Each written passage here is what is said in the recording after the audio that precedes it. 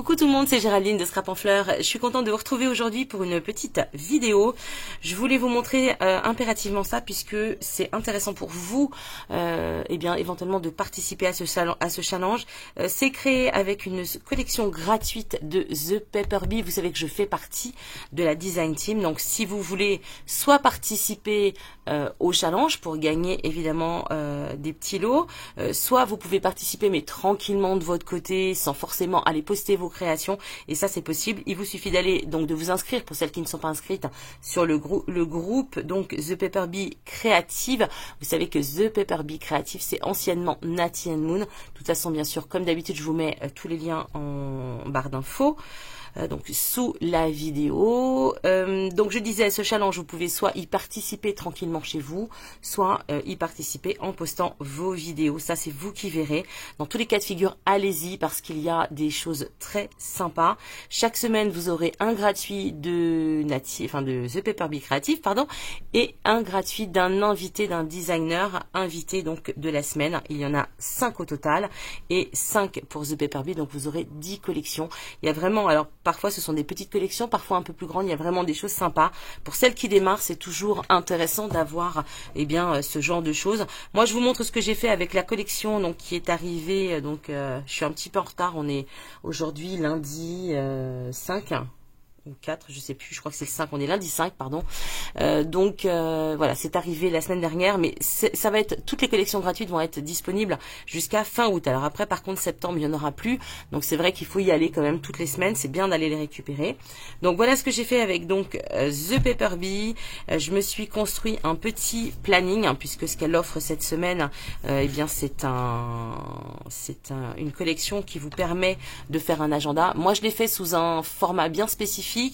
Enfin quand je dis format spécifique, on est quasiment sur du A4, pas tout à fait puisque vous savez qu'on est sur un format américain, donc vous avez des tours à découper, donc c'est un petit peu plus petit que le A4, mais je l'ai voulu plastifier. Pourquoi? Eh bien je vous montre tout de suite.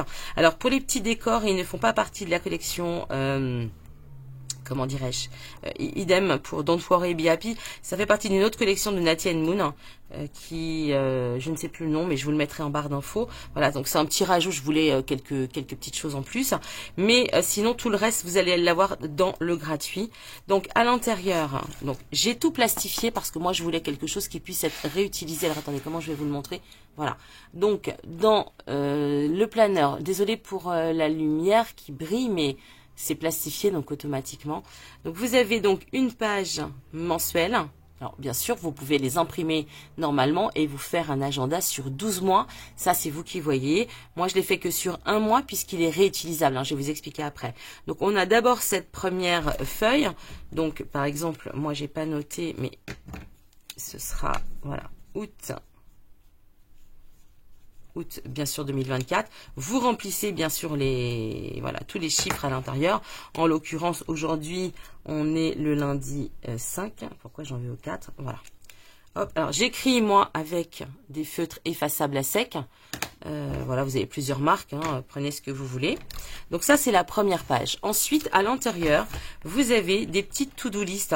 Alors elles sont, moi j'ai plié la feuille en deux. Normalement c'est une feuille A4 avec donc les deux faces, hein, donc bien étalées. Moi je l'ai plié parce que je voulais que ce soit voilà plié. Ensuite on a une feuille avec la semaine. Ensuite on a également, alors là c'est le weekly bluzz, donc si vous avez des choses différentes, moi je vais m'en servir d'un côté pour le pro et de l'autre côté pour le perso, comme ça va me permettre d'avoir les 2 semaines, mais après vous l'utilisez comme vous voulez. On a également la page Be Grateful, alors vous pouvez l'utiliser à la semaine ou à la journée, ça c'est vous qui voyez.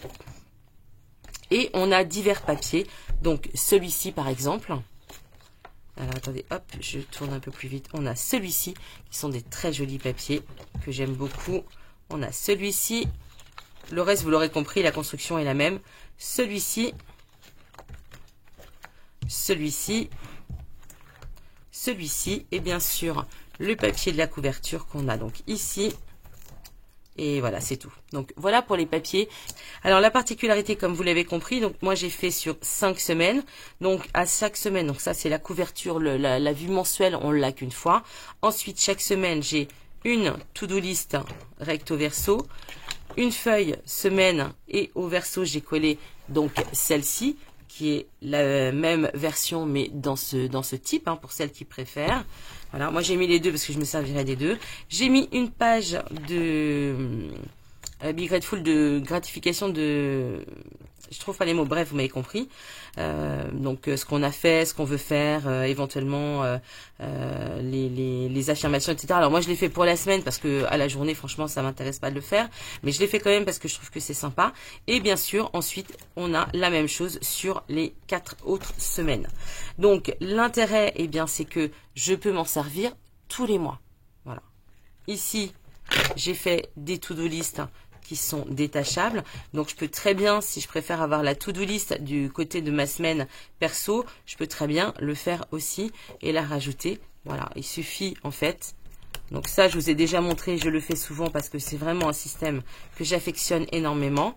Voilà, ça vous permet de bouger les feuilles. Le reste, ce sont des feuilles fixes, je ne peux pas les enlever. Il n'y a que celle-ci. Et puis, eh bien, le gros avantage, c'est que, alors là, je vous ai mis des petites choses rapidement pour noter, mais je m'en servirai qu'à partir de septembre. Le gros avantage, c'est que tout ce que vous notez ici est effaçable. Voilà, terminé vidéo challenge. Toc, c'est terminé. Voyez, donc en fait, c'est l'intérêt. Alors, j'utilise moi une éponge magique, mais vous utilisez ce que vous voulez. Vous voyez, vous pouvez noter votre semaine. Une fois que c'est effacé, vous pouvez passer au mois de septembre. C'est vraiment facile d'utilisation. Si vous gardez, par exemple, tout le mois votre planning et que, eh bien, ça fait quelques traces, parce que ça laisse quelques traces, il vous suffit de prendre un petit chiffon humide et puis vous nettoyez en plus de l'éponge. Donc, c'est vraiment intéressant en fait, puisque vous n'avez pas un agenda pour tout le mois, mais un agenda qui peut vous faire plusieurs mois. Moi, c'est ce que je vais garder donc au bureau, c'est plastifié. Cela dit, si je veux l'emmener comme on est sur quelque chose de rigide, puisque là en fait les couvertures, j'ai doublé en fait l'épaisseur de la couverture pour avoir vraiment quelque chose de solide, contrairement à ça, vous voyez, où c'est beaucoup plus souple. Là, on est vraiment sur un carton. Donc voilà pour ce petit challenge avec la collection. Donc je vous rappelle, The Paper Bee Creative. Allez donc sur le groupe Facebook si vous voulez participer. Vous retrouvez comme d'habitude tout en barre d'infos. Et puis, écoutez, je vous dis à très vite. Prenez bien soin de vous. Bye bye.